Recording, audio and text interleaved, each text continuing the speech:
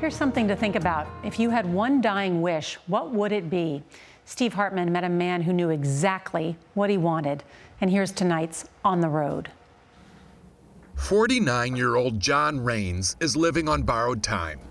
He has terminal brain cancer, and doctors told him a year and a half ago that he had about a year to live. What keeps you going? Blake.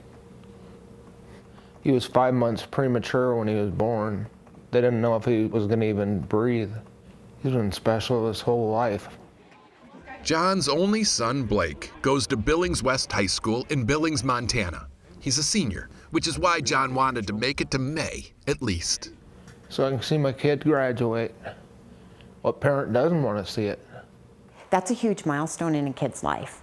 Pam Rudolph, Blake's mom and John's ex-wife, says there was no guarantee he'd live that long. Yeah, that's when I realized we have to do something. What Pam did was reach out to the principal at Billings West to arrange a surprise for her ex-husband. She made up an excuse to lure him to the school and into the auditorium. He didn't have any idea the band would be playing, and this was really happening just for him and for Blake. It was a graduation of one, staged for this audience of one. I started thinking about everything, how much time I had, what I could do. I'm just gonna spend as much time with them as I can. Blake will still have to finish out the school year, but the milestone has now been marked, the memory sealed. When I got my diploma and I went down and hugged him, just felt so good. It's probably the best hug he's ever given me. Best day of my life. How can the best day of your life be when you're dying? People will make you happy, The power of a kind deed real happy.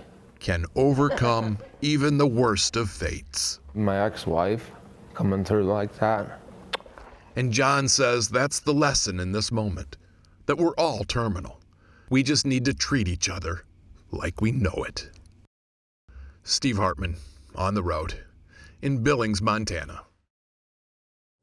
We're going to end the week at a school where the students have an important lesson for us all. Here's Steve Hartman, On the Road. Ready for cookies? 6-year-old Maury Belanger has a severe hearing impairment, but she's also very much a typical kid. Which is why, when it came time for kindergarten, her parents, Shannon and Matt, were torn. Send her to a school for the deaf? Yeah, eggs. Or to the public school here in Dayton, Maine, which was close and convenient. Okay. Unfortunately, at the public school, there weren't any other kids like Maury, and support was minimal. You always think of the bad things, like, are they gonna make fun of her or... Her fitting in. Thankfully, we made the right choice. You can guess what they decided. Or can you? Believe it or not, this is Dayton Consolidated Elementary, the public school, where talking like Maury has become all the rage. You guys practice the sign language? Yeah, exactly. Yeah. Kids here at Dayton have learned multiple things of sign language, so like door, window, carrot, quiet, funny, sad. What's that? That's not a sign. I like to do it. I like to do it too, but it's not a sign. Obviously, they're not fluent yet. But about a third of the kids here know enough to navigate a kindergarten conversation. Like when Maury didn't notice the line was moving. The girl in the pink told her to walk, followed by the universal sign for, way to go, Maury. And it's not like the administration is mandating this. There is no sign language curriculum. This is bottom-up kindness. Students motivated by nothing more than their own deep desire to connect with this one little girl. Wow. What they know, they learn mostly from posters, books, watching Maury's aid, and teaching each other. They want to do as much as they can for her. We want her to feel comfortable and safe and be able to kind of make friends with her. It's like if you got a gift basket, that's what she is, a little gift basket. Flowers and chocolate. Just a little bundle of joy. Eventually, Maury's parents say their daughter may need more support services, but they believe all she needs now is what she has here, a loving community. To know that people just accept her for how she is, she's just gonna succeed because of being at that school. There are signs of that already. Steve Hartman on the road in Dayton, Maine. For Charlie and Dorothy Hale of Rochester, New York, every day is like Christmas morning. Ooh. Bright, shiny woodwinds and worn-out old brass. Brown cardboard packages tied up with strings. Used musical instruments are their favorite things. This just came from FedEx. They show up all day without intermission. That's a big one. And each piece in some form of disrepair. Oops, I told you it had some problems. They started out buying these broken instruments a few years ago after Dorothy took a class in instrument repair. I always loved to take things apart. And it's about time I learned how to put something together. I put shellac on that. Dorothy, a retired chemist, and Charlie, a retired doctor, are both now in their 80s, but still very active in this passion, to restore musical instruments to their former glory and then give them away by the hundreds. So far, the Hales have donated nearly 1,000 instruments to the Rochester School District. Allison Schmidt is the lead teacher for the arts department. Can everybody play an instrument here who wants to? Absolutely. It's unbelievable for two humans to care so much about other people's children. Allison says the impact has been huge, but it was interesting. When I tried to talk to the Hales about this, they seemed downright oblivious. I have no doubt you've changed lives. And that to me is you don't think so? No, I don't. There are ripples of effect, I hope, Ripples? Sophomore William Delgado says it's more like tidal waves. Really, music has and can create somebody. And he created me. Studies consistently show that music education helps kids do better in school overall, if for no other reason than it makes them want to attend.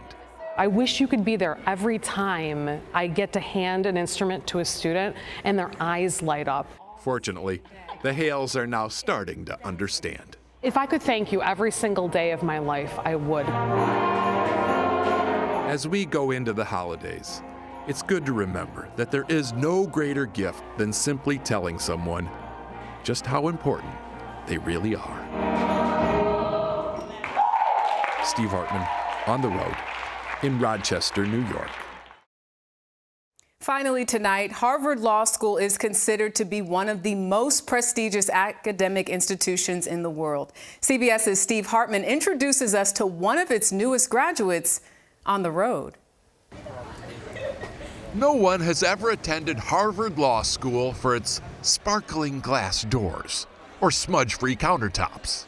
In fact, support staff here say most students never even notice their efforts, with one remarkable exception.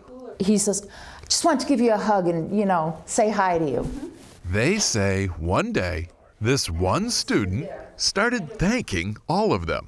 Thank you for what you do. And this is something very different. I'm like, what is this kid's angle? Food service worker Breon Merchant was skeptical. Before that, but once I heard his background, that's when it just all made sense. I'm like, oh, you see us because you're one of us. Mm-hmm. For sure. That student is Rehan Staton.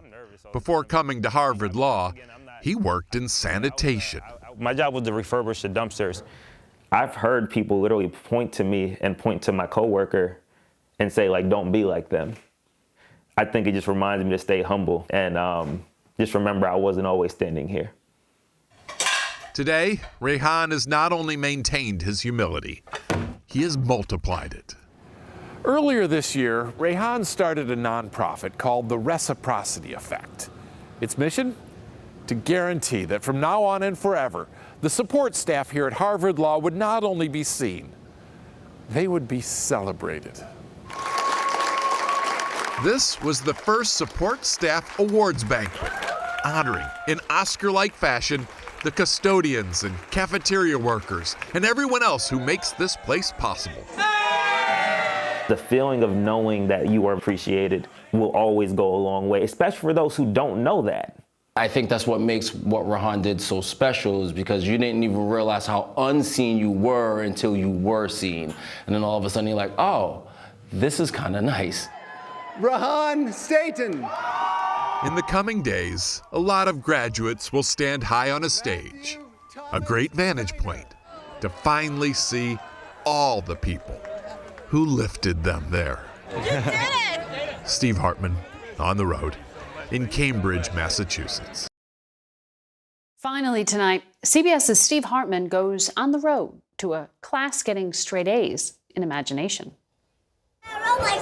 You may walk to recess. At the Trinity Leadership School near Dallas, Sonia White's first graders are still flying high, Come all the way back and walk. still reliving their amazing one-day field trip south of the border. Where are you going? Mexico. To Mexico. I love your outfit. It was my first time on a plane. We went inside a cloud. I saw the ocean. Is that your first time seeing the ocean? Mm-hmm. At this point, you've got to be wondering, how could a school afford this? What kind of teacher does it take to fly a class of first graders to Mexico for a day? A very clever one. So just to be clear, you did not go to Mexico. We did not. You did not get on a plane. We did not. You never left the class. We did not. What you're about to see is a testament to the power of imagination and the magic teachers have to harness it. Okay, let's find out. After Sonia's students told her their one wish was to fly on a plane, she went full throttle on the pretend. Boarding pass and your passport, please. Created travel documents for each child, and then boarded them on their flight to Mexico. Okay, guys, we are now at 13,000 feet. You may take out a snack. We had a little turbulence. Well, it did not scare me. But my friend Lorenzo had a rough landing. Really? What happened to him? He was like... The buy-in really was remarkable. One of my students saw somebody that night and they said, "What are you doing here? I thought you were in Mexico." And he said, "Yeah, we were. We got back at 3. And that's when I was like, they really think we went to Mexico. I'm writing you from Mexico. Teachers everywhere could use more resources, but the best always seem to figure out a way to take kids places, often without so much as a bus ride. Did this fuel your desire for more travel? Yes. Do you know North Korea? Yeah, sure. Probably I do not want to go there next. I guess even pretend flights come with travel warnings. Yes. Steve Hartman, On the Road, near Dallas. Classes here at Axel Academy in Aurora, Colorado have been out over a week now. But for middle school math teacher Finn Lanning, there's one student he just can't shake. 13-year-old Damien. Do you know how many pencils I went through this year? Like way more than you should have? Yeah. Damien says Mr. Lanning was definitely one of his better teachers. When like a teacher doesn't bother me over and over again, that's better. You have a low bar. Yeah, like leave me alone, I'll leave you alone, I'll get my work done. He's smart and funny, and he was always a student that stood out. And then one day he just came to me and said, "I'm not coming back to school." Finn sat him down at that table, right then and there. And what I found out was his story. He learned Damien was in foster care, that he had kidney disease. And because social services couldn't find a foster family willing and able to meet his medical needs, Damien had to leave school and move into a hospital. But here's the real kicker. The kid needs a transplant, desperately. And a lot of times you can't get a transplant if you don't have a stable home to return to after surgery. It hit me like a ton of bricks. I mean, you just can't sit across from somebody that you care about and hear them say something like that and know that you have room to help. And that's how Finn became a foster parent. He took in Damien, dialysis needs and all, even though prior to that hallway meeting, he'd been a confirmed bachelor who delighted in his childlessness. I never thought that I could leave school and take one of them with me and still survive, right? Damien says, right back at you, bro. I was like, yes, I'd get out of the hospital, but I was like, my math teacher, out of all the people. Now, 4 months into it, neither one of them would change a thing. Although Damien says he's not getting too excited just yet. Rematch? He's seen fairy tales fall apart before. It's kind of bad thinking about that, but some people actually do that. Like, They'll like just kick you out they'll be happy with you one day and then just kick you out the next. I suppose only time will let you trust. Yeah. Whether he believes it or not doesn't change the fact that I'm not going anywhere. This is it for him. Yep. In fact, Finn says he plans to adopt Damien as soon as possible. Is that enough pepper? In the meantime, and much more importantly, because of Finn, Damien got back on the transplant list and just a few hours ago got his new kidney. For a child steeped in disappointment, this is shaping up to be the best Father's Day weekend ever. A new kidney and a dad by his side. Although Finn says that dad title, that's going to take some getting used to. That role, it has such meaning attached to it, right? And it's not that I'm not willing to do it, but it feels like you have to earn it in some way. You did. Earned it. I hope so. And epitomizes it. That's my favorite. I love that one. Steve Hartman, on the road in Aurora, Colorado.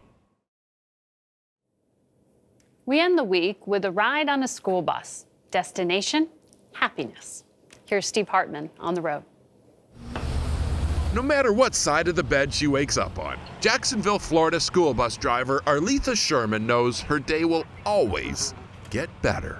I mean, I may have a bad morning, but once I see her, it's different. Miss Sherman! The turning point is a 5-year-old girl named Anna Hobson. You are my best friend. I'm your best friend? Oh, can I have a best hug? She is the ultimate pick-me-up. Thank you. I love you too. Let's go. Bye, Dad. Bye, Mom. Anna was born with a rare, progressive neuromuscular disorder. She's constantly in and out of the hospital. The fact that she has so much going on in her life, but she's always happy, always bubbly, and she always, "Hi, Miss Sherman," and then we just start communicating. The parents say they first noticed this bond about a year ago. Anna had missed school one day because she was sick. But that afternoon, the bus came to their house anyway, and the driver came to the door, just checking to make sure Anna was okay. And I thought, well, she didn't have to do that. Yep. But Kathleen Hobson says that was nothing compared to what happened next. Yummy, Mama. In April, for Anna's birthday, Arletha bought her a princess dress and a tiara and decorated the whole bus to celebrate. All she could do was just take her hands up and say, "All this for me." It was just so overwhelming.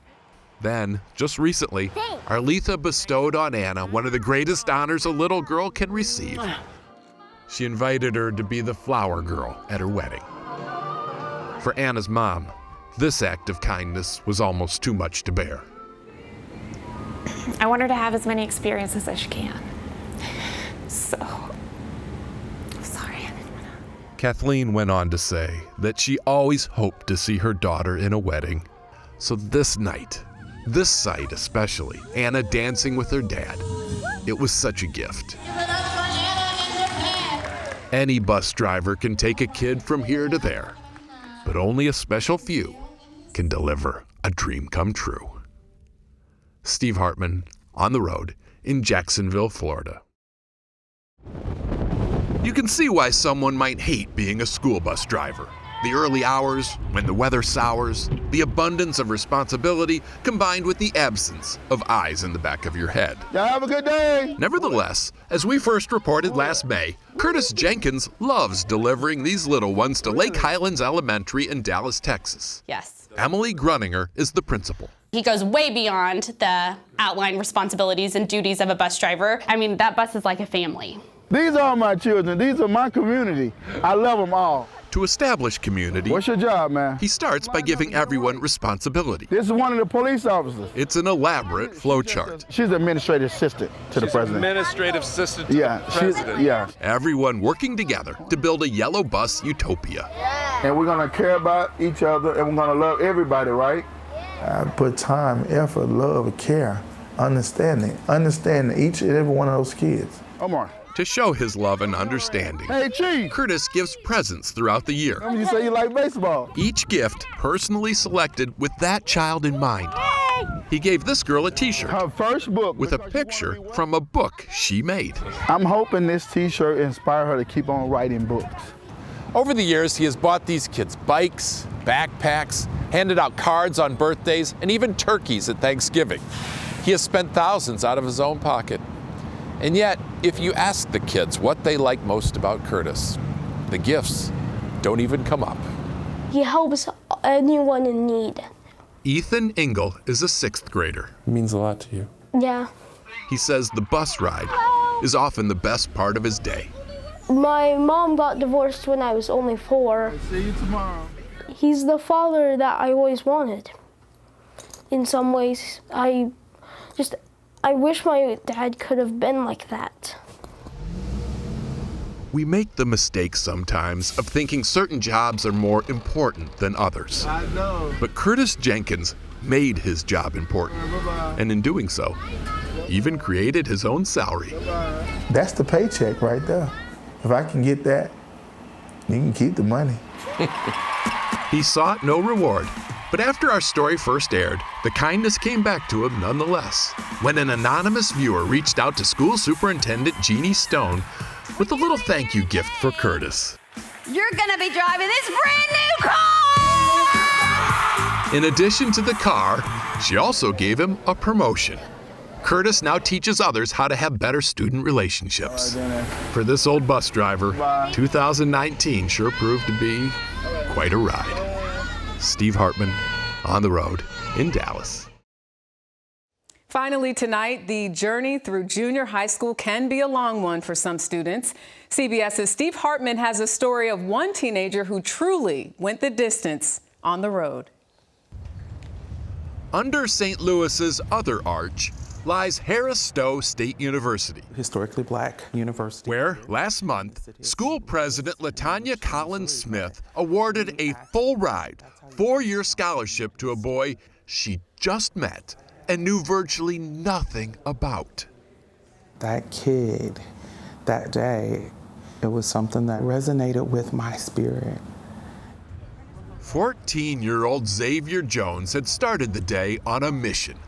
His grandfather's car wasn't working, and Xavier really wanted to be someplace. So he started walking 6 miles, 2 hours, through tough neighborhoods, busy traffic, and blazing sun.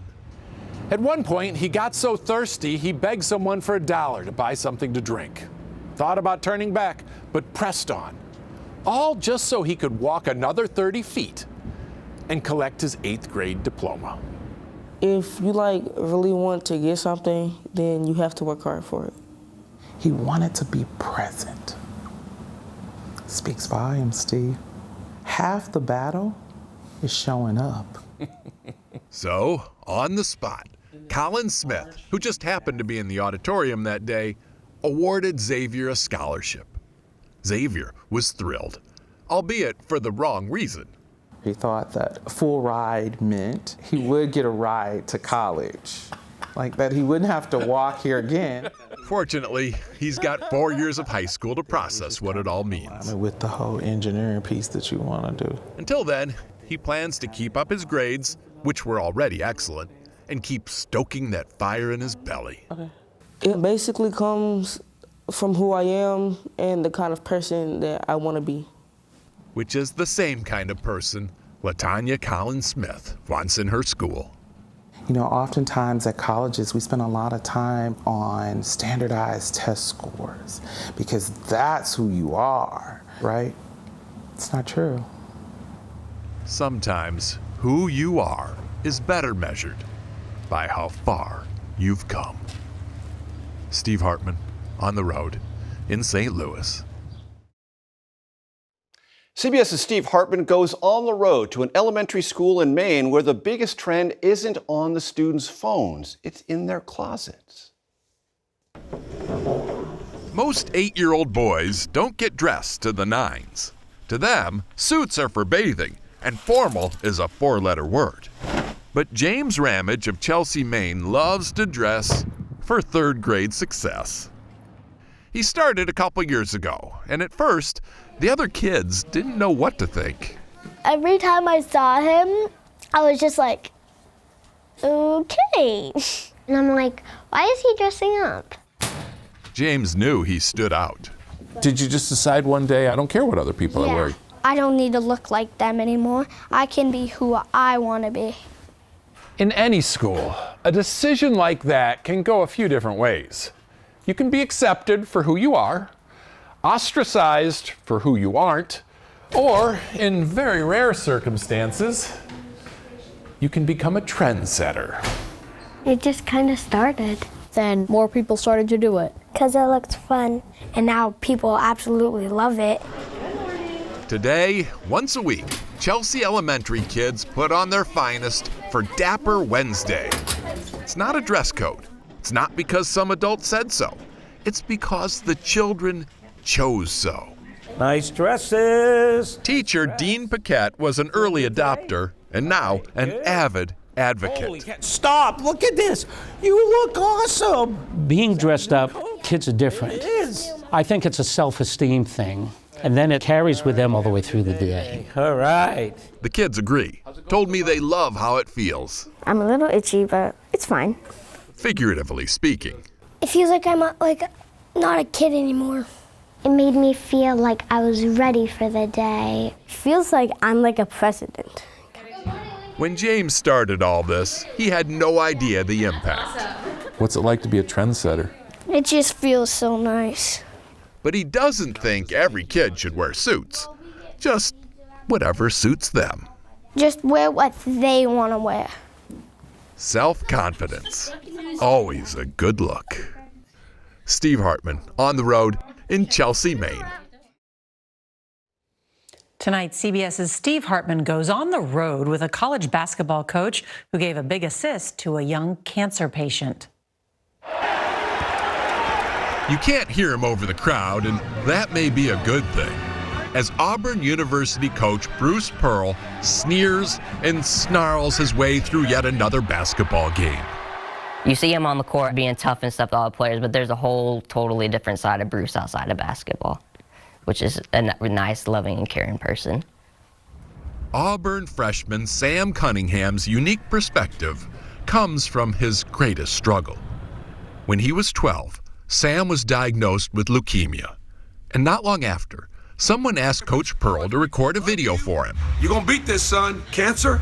Pick the wrong hombre. Pick the wrong dude to mess with, okay? It was just real funny to me. Cancer picked the wrong hombre. It picked the wrong dude to mess with. That quote is what I kept with me when I got in my darkest days in the hospital and stuff.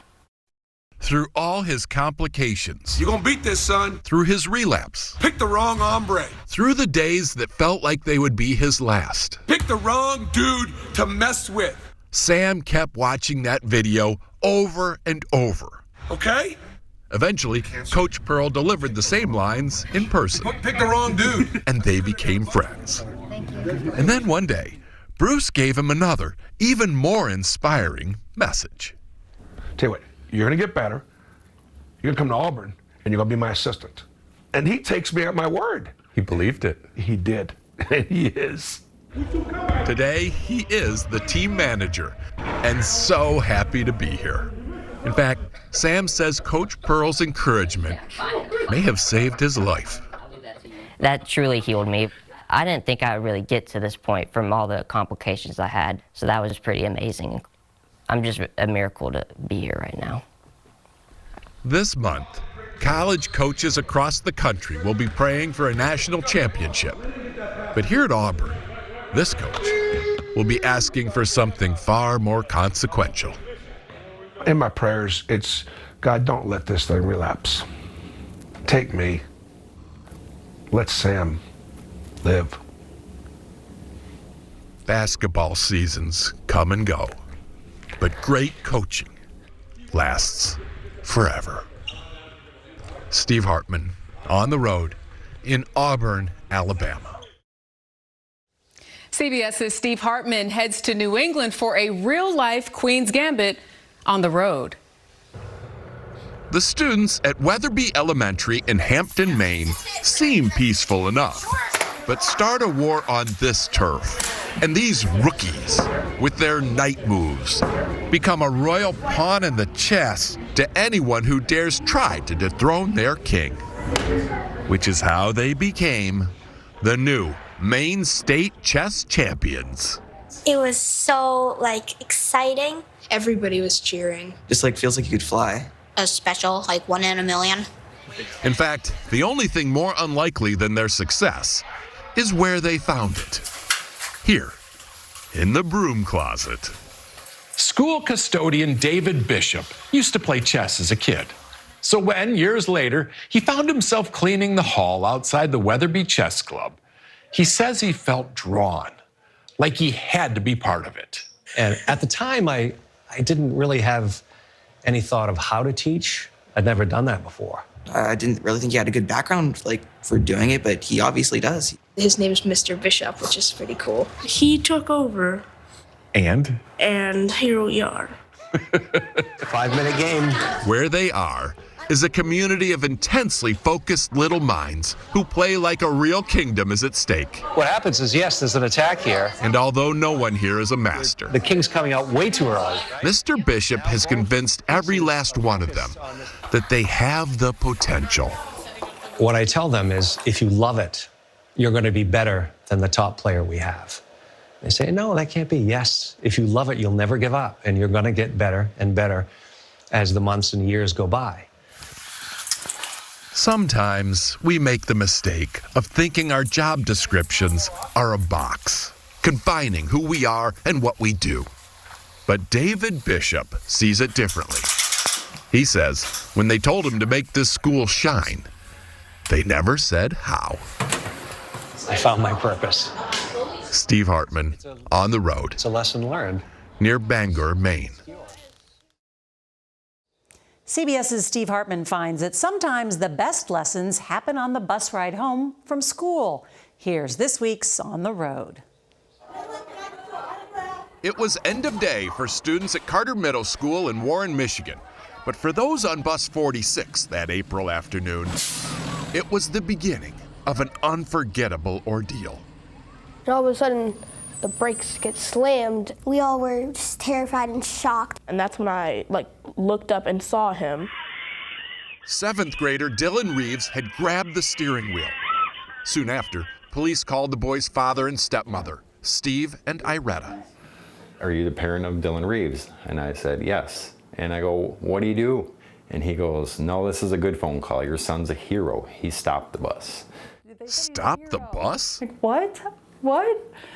The officer went on to explain, and security footage shows how Dylan noticed the driver was having a medical emergency and immediately sprang from his seat. I just knew what to do in that moment. The bus was swerving off the road. So Dylan took the wheel, hit the brake, and gained control of the situation, saving driver and students. Someone call 911. A true hero, no doubt. But we still had a question. Why didn't anyone else notice what was happening? Well, turns out, Had my AirPods in. virtually every kid I was looking at my phone. was on a device. I was on my phone playing a little game. We hear a lot about the consequences of too much screen time. But one thing I never considered until now is the loss of situational awareness. What's happening around them? And yet somehow, at least one kid on that bus instantly recognized what was happening. Any guesses as to why? I know why, because my son does not have a cell phone. And Steve says that's the lesson here. What else are you going to do when you don't have a phone? You're going to look at people, you're going to notice stuff, you're going to look out the window. It's a very powerful lesson. Maybe change the world kind of lesson, I don't know. At least a save the bus kind of lesson. And they say reason enough to hold off getting him a phone for another day. How do you feel about that? Whatever. My parents are old school, But for good reason. I guess. Sometimes even heroes have it hard. Steve Hartman, On the Road, near Detroit. Finally tonight, a lesson in never giving up, even when it seems the odds are stacked against you. Need proof? CBS's Steve Hartman found it on the road. Technically, 13-year-old Josiah Johnson of Louisville, Kentucky, has a disability. Hi, Zaire. But almost no one sees it because Josiah doesn't see it. Although born without legs, the kid has yet to find his kryptonite. Always did everything the other kids did. But that invincibility was put to the test last fall when Josiah decided to try out for the one sport where altitude is everything: the Moore Middle School basketball team. At this point, you may be wondering, why didn't he just join a wheelchair basketball team? It would certainly be a lot easier. Well, Josiah says, exactly. It was easy. It was too easy. You wanted more of a challenge? Yeah. The gumption it takes to be able to say, I'm going to go out and do that. Who has that kind of confidence? Me. But his mother Whitney says it's not just confidence, it's stubbornness. Josiah is very competitive, and if he feels like something is too easy, he's not going to do it. Still, Josiah knew making the team was a long shot. Fortunately, though, Josiah turned out to be pretty good at long shots. He made the team on his merits. And over the last few months has become a real contributor, getting offensive rebounds, assists, and because of his unique position on the floor, he has caused more than a few turnovers. He started taking the ball from people. He took the ball from me. I was mad. You would have thought Steph Curry was in the gym. But his teammates say his best play was a couple weeks ago. It was just a moment that I'm going to remember for like ever. It was the end of the game, seconds remaining.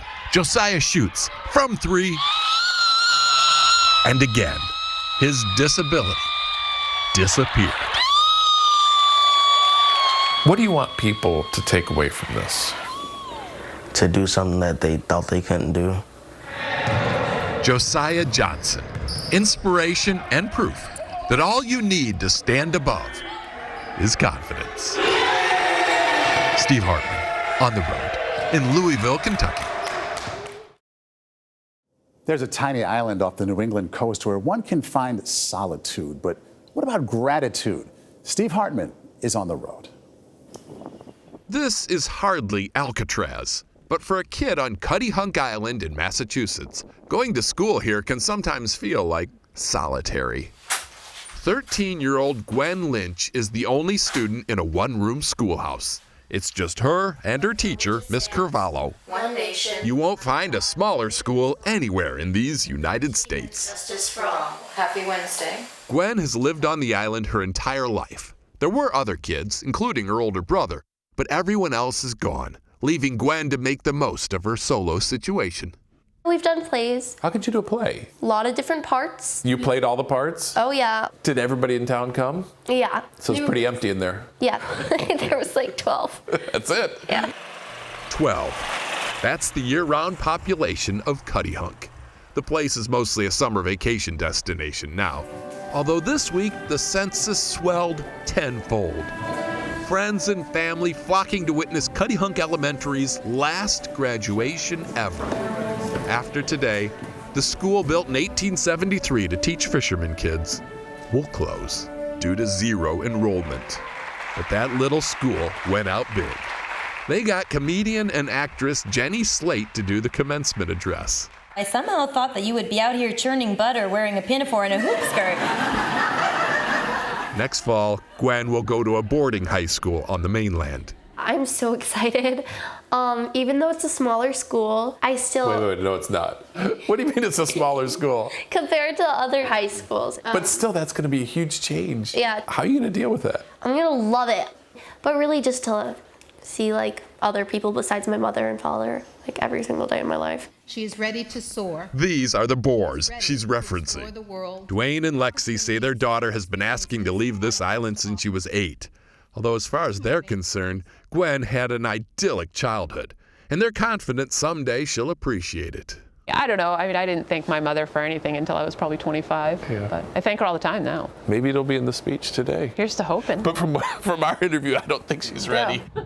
Then again, graduations demand reflection, and it's almost impossible to celebrate the opportunities that lie ahead without recognizing, often for the first time, the opportunities behind. Thank you for raising me. Thank you for teaching me. Thank you for giving me the best beginning a child could ask for. A class of one, but a message for every parent of every 2019 graduate. Steve Hartman, out to sea on Cuttyhunk Island, Massachusetts. We love to end the week on a high note, and Steve Hartman was happy to oblige. Here's tonight's On the Road. He's only in 3rd grade, but 9-year-old Henry Boyer of Howell, Michigan already knows what he wants to be. Last fall, he attended his first University of Michigan football game, and he was wowed. They were that good? My mind was blown of how good they played. But it wasn't the football that he fell for. It was the marching band. And from that moment to this, Henry has been rocking out to their CD, Let's Go Blue, and watching old halftime shows on YouTube. He even wrote a letter to the band saying how he'd love to sign up someday. In response, they sent him a bunch of swag and a card, inviting him to audition when he's old enough. I just really liked the card. What were you feeling in that moment? Surprised and heartwarmed. His mother got it on video. What did they say? They said they are going to accept me in a few years. Into what? Into the marching band. Are you excited? Yes, I'm really excited. That was nice of them, huh? Mm-hmm. Jeff and Kim Boyer. Yeah, I mean, just such a simple act to reach back out to him. It's changed his world. Well, yeah, he's on fire for music now. Henry asked if he could double up on piano lessons and started taking drums too. Like the card said, practice hard and I will practice hard. So you can get there someday. Yes. I just have a really good feeling that I'm going to be in the marching band. If all goes as planned, Henry will join the band in the fall of 2029.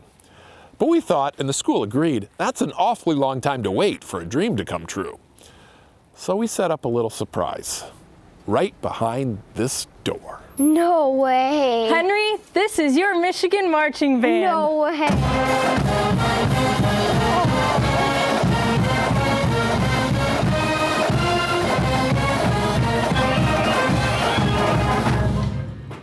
Oh.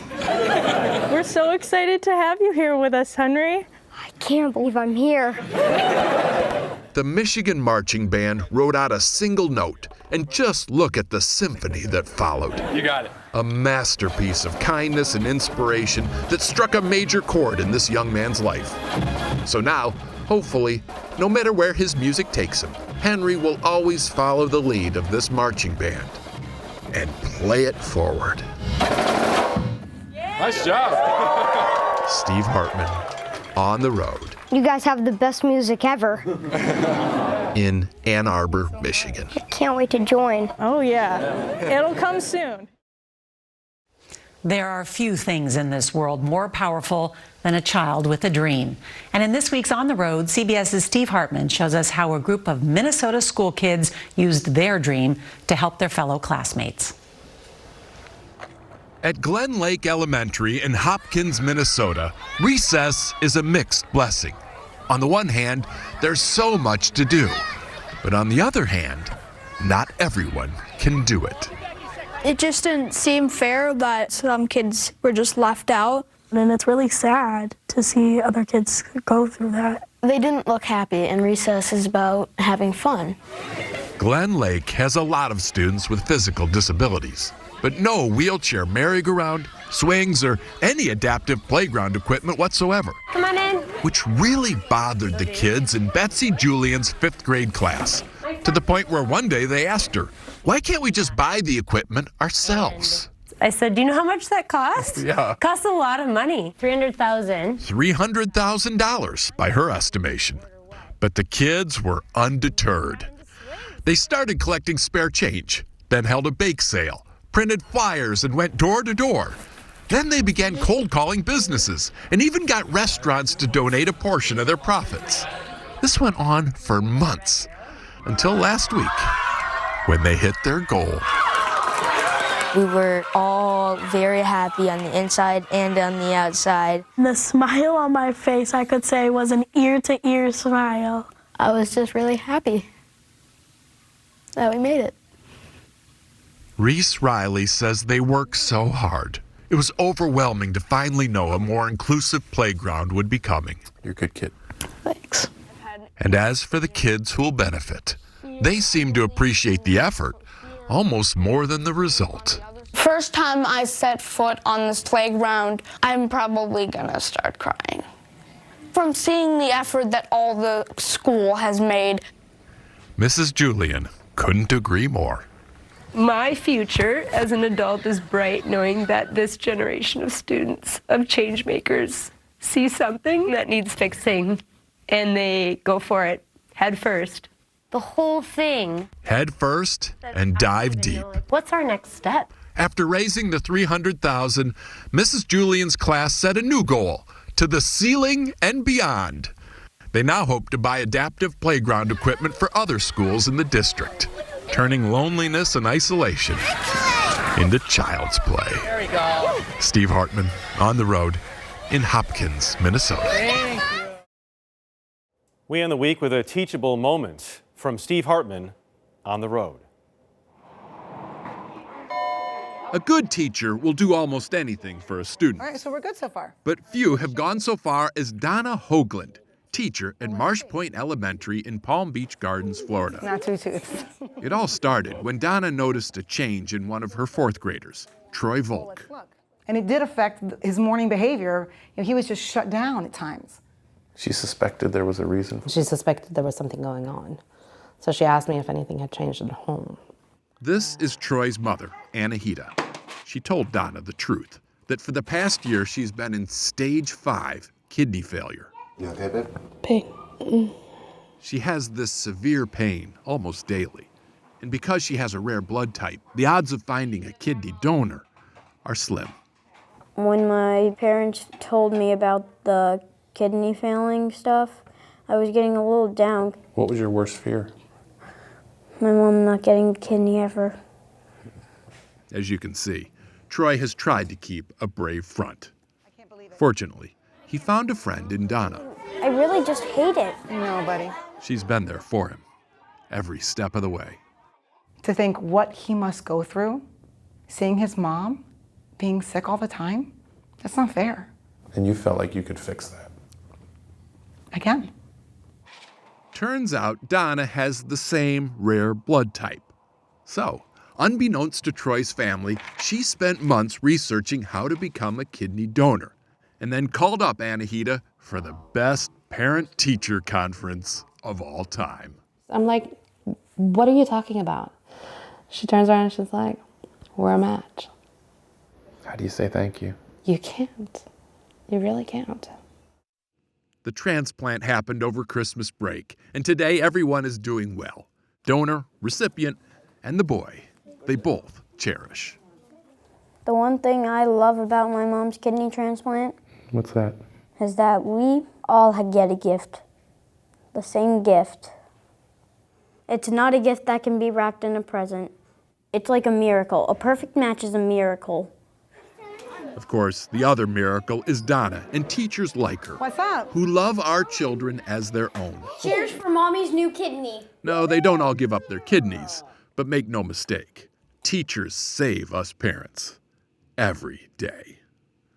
Steve Hartman, on the road in Palm Beach Gardens, Florida. Remember back in school when they dragged you into the gym for an assembly? Pretty boring, right? Well, here's one that was absolutely life-changing. Steve Hartman has tonight's On the Road. It was billed as the surprise of a lifetime. Does anybody know what this is about? And sure enough, They didn't tell you anything? when these high school seniors gathered for the big reveal, up walked a guy they'd never seen to tell them something they'd never forget. Right now, this next minute, is the most important moment of my life.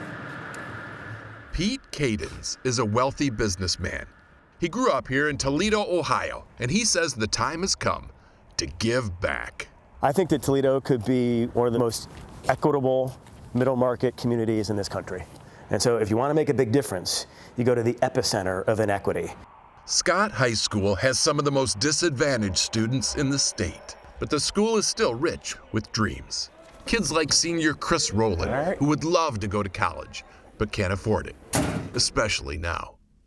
Last fall, Chris's mom, Abina, lost her job, and his dad died in a house fire. My dad was the closest person I had in my life. In his later days, he was really pushing me to go to college. He kept saying, "You're really smart, you should think about going." He was such an awesome father. He's still going to make them proud. I know he is. Just got to figure out a path. Yep. Fortunately, unbeknownst to Chris, that path to a brighter future was about to find him. That if you're sitting here in this room today, as a soon-to-be graduating senior, tuition, room and board, books and fees will be paid for you, and you will go to college for free. And there was more. Because poverty is an intergenerational problem, and because he is determined to snuff it out in this community, Pete offered each kid a study partner. So too can one of your parents go to college or trade school for free. Abina says she always wanted to be a school counselor. Altogether, this could cost Pete up to $3 million. And now he wants to get others to pitch in to expand the program to every public school in Toledo. And this is how we change the world. Which is why, if you could look up through that gym ceiling, as Chris did, I'm sure you'd see a dad beaming with gratitude. Steve Hartman, on the road in Toledo, Ohio. Holiday season is a time to count our blessings and spread joy to those around us. CBS's Steve Hartman found a group of kids doing that and more on the road. The red caps were the only clue. The only hint that something Christmas was afoot. Here we go. Something that would soon strike straight to the heart. Are you guys serious? Seriously?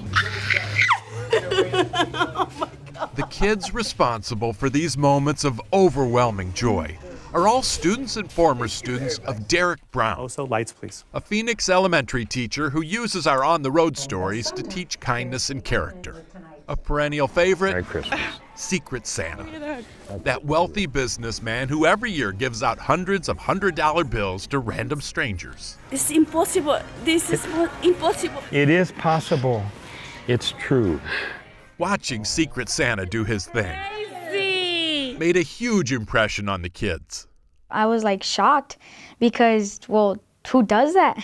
I've never seen anyone like just give money away like that. Could you imagine that someday it would be you? No, not ever. And so, with guidance from Mr. Brown, I sent everybody an itinerary. the kids started a Secret Santa club and began fundraising, calling friends, family, and businesses. They raised $8,000 without any help from their school or district, just so they could turn around and give it all away. It's okay. To people like Rosemarie Hernandez. Rosemarie had been out of work for a week. You will give me a lot of relief. Thank you, thank you, thank you. You guys. Oh my God. They also gave money to Deidre Taylor. Oh my God.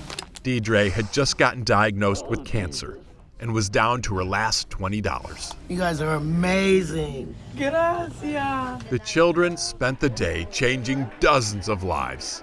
And along the way, they noticed something remarkable, that the more they gave, the more they got. I'm so happy right now. You get so many feelings in your body that just makes you like want to do it again. Their joy, that's the gift to you. Their joy, that's the gift to you. Exactly the realization Mr. Brown was hoping for. I want this memory to be so strong that it now drives them every day in everything they do. Did today change you? Definitely. I never felt this way in my life. So this was really a life changer for me. Whoever said money can't buy happiness, obviously, never gave it away. Steve Hartman, on the road in Phoenix. God bless you too.